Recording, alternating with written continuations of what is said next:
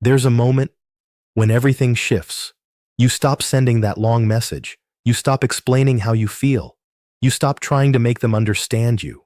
And suddenly, the same person who kept pulling away starts leaning in. They text first. They stay longer. They think about you more. And it feels confusing, almost unreal. Because you didn't do more. You did less. If you've ever felt stuck in that exhausting cycle, where they come close, then disappear, where you feel like you're always one step away from finally being chosen, this is where everything changes. Because the truth is, it's not your love that's pushing them away. It's how that love is being communicated.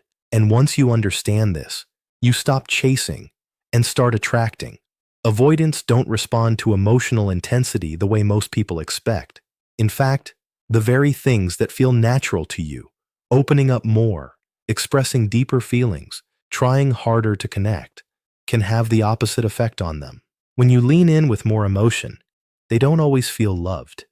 They feel pressure, not because your emotions are wrong, but because they don't know how to process that level of closeness without feeling overwhelmed. When you try to fix the connection, to talk things through, to create clarity, to bring you closer, they don't always feel supported. They feel trapped, like something is being expected from them that they're not ready to give. And when you give more time, more energy, more understanding, instead of feeling grateful, they feel like they're losing control of their space, their independence, their emotional safety. So they go back to what feels familiar. They create distance. They go quiet. They disconnect. Not because they don't care, but because the connection is starting to feel too real, too deep, too consuming for what they can currently handle. And this is where the pattern becomes painful, because the more they pull away, the more you feel the need to move closer. You try to explain better. You try to love harder. You try to prove that you're safe, that you're worth choosing. But that effort, that emotional pursuit, only reinforces the very dynamic that pushes them further out of reach. Because here's the truth most people don't want to accept. You can't chase someone into choosing you. And when your energy becomes about convincing, proving, or holding on, they don't feel safe coming closer. They feel the need to escape, and the cycle continues until something changes. Avoidants are not drawn to pressure, urgency, or emotional intensity, even when it's coming from someone who truly cares about them. In fact, the more you push, the more they pull away. This is counterintuitive for most people, because our instincts tell us that showing how much we care, explaining ourselves endlessly, or proving our loyalty will bring them closer. But for an avoidant, these actions often trigger the very fear they're trying to suppress. The fear of losing independence or being overwhelmed by emotions they aren't equipped to manage. What they are actually drawn to is something entirely different: emotional safety. Emotional safety is not about constant reassurance, grand declarations, or intense vulnerability. It's subtle. It's quiet. It's the feeling that being around you doesn't come with hidden demands or expectations. It's the sense that your presence is steady, consistent, and non-pressuring. This safety is communicated through calmness and grounded energy. It's giving them space while remaining connected. It's showing that your life is full, balanced, and centered, not revolving entirely around them. When you communicate with this kind of energy, you are not chasing, explaining, or begging for validation. You are simply existing in your truth, letting them see who you are without trying to control the outcome. And something remarkable happens when you do this. They become curious. Curiosity is a powerful magnet for avoidance because it's completely different from what they're used to. They start noticing your independence, your calmness, and the confidence in your boundaries. They start wanting to know more, not because they feel pressured, but because your presence is intriguing, mysterious, and safe. Unlike pursuit, which triggers their withdrawal, this grounded, self-respecting presence makes them lean in. The more you embody calm and emotional stability, the more they feel naturally drawn to you. Not because you're chasing, but because you've shown that connection with you doesn't come with chaos or neediness. It comes with space, respect, and presence. The first and most important shift in how you communicate with an avoidant is learning to say less, but mean more. This may feel uncomfortable at first because our natural instinct is to explain ourselves, justify our feelings, and clarify every misunderstanding. We assume that if we can just make them understand us, they'll respond with closeness, reassurance, or commitment. But with avoidance, this often backfires. When you write long messages or go into emotional detail, it can unintentionally feel heavy or pressuring to them. Every paragraph of justification, every sentence filled with worry or fear can trigger their automatic response, withdrawal. The very act of trying to be understood becomes overwhelming, and instead of connecting, you push them away. The shift is simple, yet powerful. Speak less, but speak with clarity, confidence, and calm. Strip your communication of over-explaining, emotional pleading, or unnecessary justification. Keep it grounded, keep it neutral, keep it intentional. For example, instead of sending a long message like, "I feel like you've been distant lately, and it's making me anxious. I really care about you, and I don't want to lose this. Can we talk about what's going on?" You simplify it to, "I've noticed some distance. I'm open to talking if you are." Notice the difference. One is heavy, fearful, and demanding. They feel pressure to respond or explain themselves. The other is simple, neutral, and non-demanding. They feel invited, not chased. This approach doesn't mean you are hiding your feelings or avoiding honesty. It means you are communicating your awareness and your availability without overloading their emotional capacity. It signals self-respect, calmness, and balance, qualities that naturally draw avoidance in, rather than push them away. When you say less but mean more, you create space for curiosity, engagement, and willingness to connect.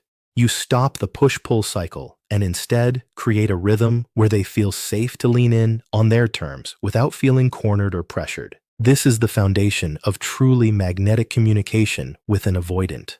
One of the most frustrating patterns in relationships with avoidants is their cycle of inconsistency. One moment they're attentive, warm, and engaged. The next, they pull away, go silent, or act distant. For most people, the natural response is to chase, to overcompensate for their absence by giving more, explaining more, or doing whatever it takes to win them back. When you respond this way, even subconsciously, you're sending a message. No matter how unpredictable you are, I'll always be here for you. And while that might feel loving in the short term, it actually reinforces the very pattern you want to change. Inconsistency gets rewarded, and the hot and cold cycle continues. Avoidants don't become more reliable when over-pursued. They become more accustomed to the idea that their withdrawal won't have consequences. The shift is simple, but it requires discipline. You stay consistent with yourself regardless of their behavior. Your calm steadiness becomes the new norm.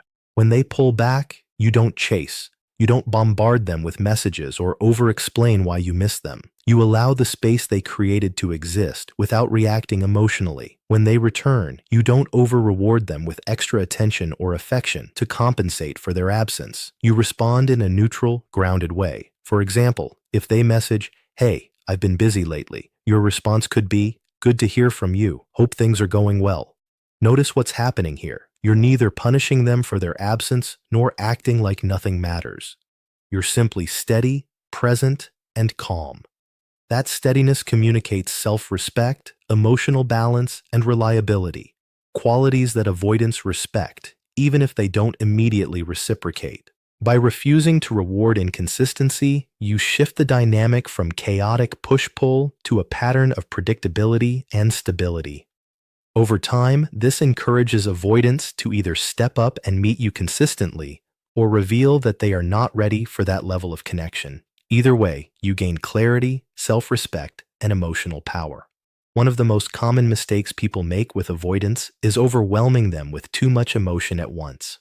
Avoidants are wired to protect their independence and emotional space. So when they sense that a conversation is about to become heavy, intense, or emotionally loaded, their natural instinct is to shut down. They don't do this because they don't care. They do it because they need to preserve their sense of control and safety. When every interaction becomes an emotional dumping ground, where all frustrations, fears, and feelings are expressed at full force, they start to associate you with pressure. This is a critical point. Emotional dumping doesn't create connection. It triggers avoidance. The very intensity that you think will draw them closer often pushes them away. This doesn't mean you should hide your emotions or deny your feelings. It means learning to regulate them. Instead of unloading everything at once, you pace yourself. You express what needs to be said in a way that's digestible, non-threatening, and safe for them to receive. This communicates emotional maturity, calmness, and respect, not manipulation or suppression. For example, instead of saying, "We need to talk about everything that's been happening and how I've been feeling. I can't handle it anymore unless you explain yourself." You could say, "I'd like to talk about something when you're ready." Notice the difference. The first message is heavy, urgent, and pressuring. They feel trapped. The second is simple, calm, and respectful. They feel invited, not cornered. By regulating your emotional expression and avoiding overloading them, you create space for them to engage without feeling suffocated. This doesn't only preserve the connection, it strengthens it. They begin to associate you with calm, safety, and grounded presence. Over time, this builds trust and curiosity, encouraging them to open up on their own terms rather than shutting down in response to emotional intensity. This is the power of communication without emotional dumping. It keeps the connection alive, maintains your dignity, and naturally draws an avoidant closer. One of the most powerful ways to shift the dynamic with an avoidant is by becoming less available, but more valuable. When you are constantly at their disposal, replying immediately, adjusting your schedule, or prioritizing their needs over your own, you inadvertently remove an essential element that keeps avoidants intrigued: mystery and independence. They are naturally drawn to people who maintain a life outside of them, who are self-contained and confident, rather than someone who is always there, waiting to respond. This doesn't mean playing games or being manipulative. It means creating a life that has boundaries, priorities, and standards. It means recognizing that your time and attention are valuable and that you are not defined by how available you are for someone else's emotional rhythm. When you take this approach, your interactions carry weight because they are intentional, not automatic. For example, instead of immediately responding to every message, you might say, "I'm a bit busy today, I'll get back to you later."